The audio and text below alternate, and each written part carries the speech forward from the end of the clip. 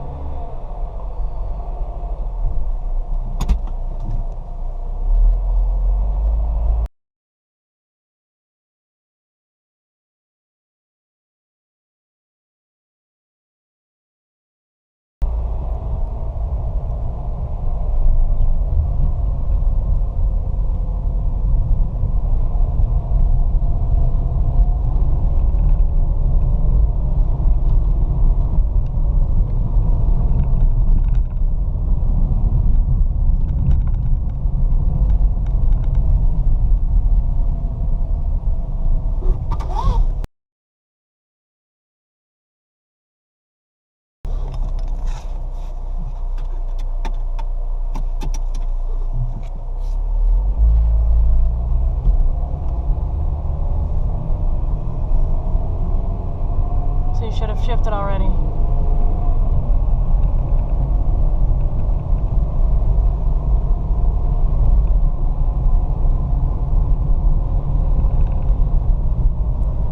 So it's not shifting properly.